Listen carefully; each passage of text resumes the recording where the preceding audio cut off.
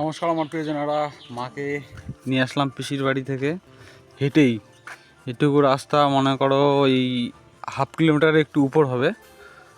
হেঁটে নিয়ে আসলাম কারণ আমার স্কুটিটা খারাপ হয়ে গেছে, তো জানোই, যা আগের ভিডিওতে দেখেছো। স্কুটিটা দিয়ে এসেছি সার্ভিসিং সেন্টারে, আর মাকে হেঁটে নিয়ে আসলাম। মা দেখো ভালোই মোটামুটি হাঁটছে, একটু কষ্ট হলো হয়তো, তবু হাঁটার প্র্যাকটিসটা হলো একটু। পাটা তবু দেখো একটু কি বলে ধেন্দ্রে নিয়ে যাচ্ছে, আর হাঁটতে হাঁটতে প্রচণ্ড হাঁপাই গেছে মা, হেঁপে গেছে মা, হাঁপে গেছেন। যাও বাড়ি যে বসো, যাও বাড়িতে বসো, যাও বসে থাকো। বাড়িতে নিয়ে আসলাম মাকে। আর মা কালকে নাকি প্রচণ্ড টয়লেট করেছে রাত্রিবেলা। একটা বাড়িতে রেখে আসলে সেই বাড়িটারও একটু অসুবিধা হয়, তাই আমাকে একটু কথাও শুনতে হলো। যাই হোক, কিছু করার নেই।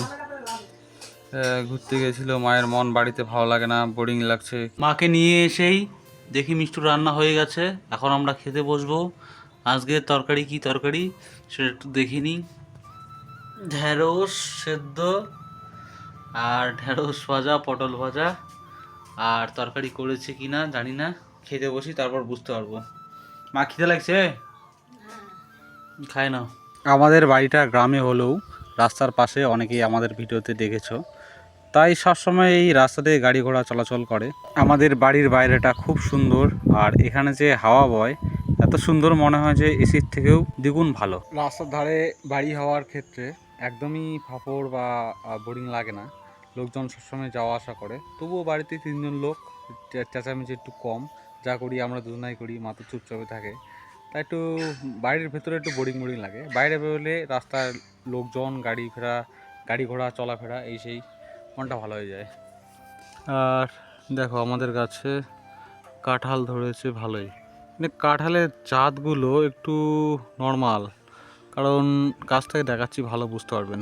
কাঁঠালই এটা, মানে ছোটোবেলা সমান মসৃণ থাকবে, যখন বড় হবে একটু উঁচু নিচু হয়ে যায় কাঁঠালগুলো।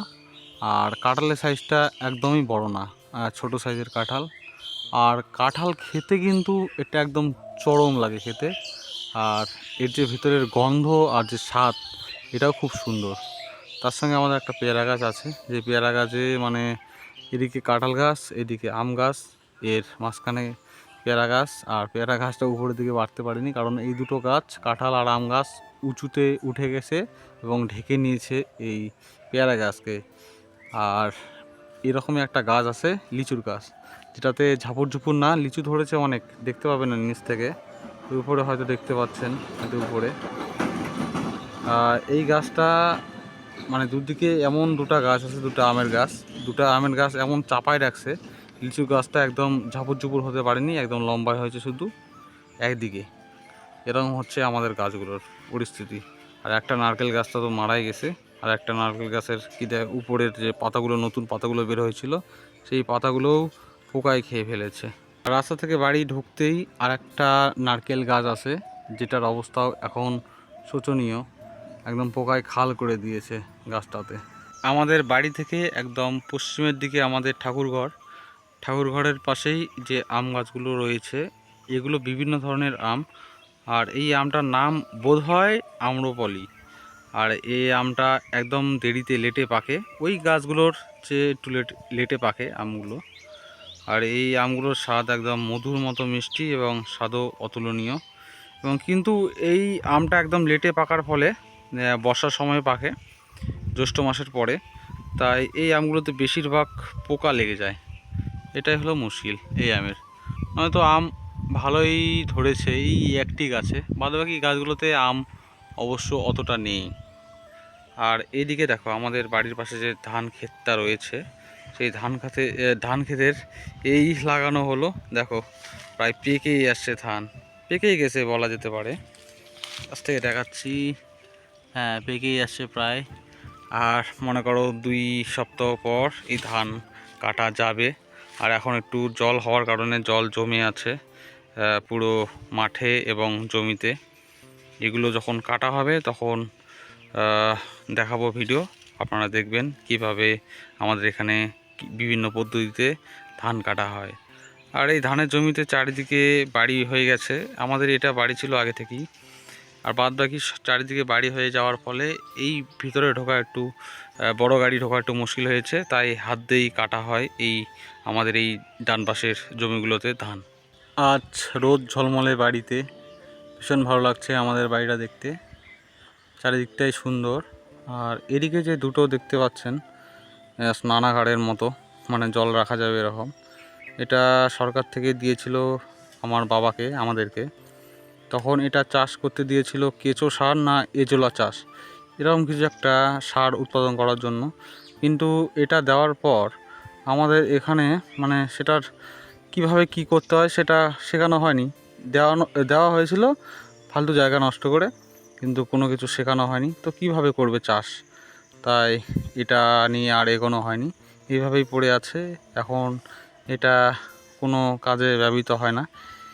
ভাবছি এটা উঠায় দিয়ে জায়গাটা একটু পরিষ্কার করব, কিন্তু আবার মনে হয় যে এখানে বসা হয় জিনিসপত্র, আবার এই এখানে যেমন খড় রাখা আছে এরকম খড় রাখা হয়, খড়ি রাখা হয়, তাই ভাবি যে থাক, উঠাই কি করব, এমনি অনেক আমাদের তো জায়গা পড়েই আছে, এটা ওঠানোর কোনো কারণ দেখছি না। এই যে দুপুরবেলা এই গাছের নিচে এখানেই বসে আছি, দেখো এই সিমেন্টের বাঁধানো পুকুরের মতো দুটো গর্তে উপরে বসে আছি। এই দুপুরটা একদম গাছের ছায়ায় খুব সুন্দরভাবে কাটছে। আর পাখির ডাক তো সবসময় আমাদের এখানে হয়, যা তোমরা আমার ব্লগেও দেখেছো। খুব সুন্দর লাগে এই জায়গার বসার অনুভূতি, তাই এটাকে আর ওঠানোর জন্য ভাবি না, এরকমই থাক যতদিন থাকছে।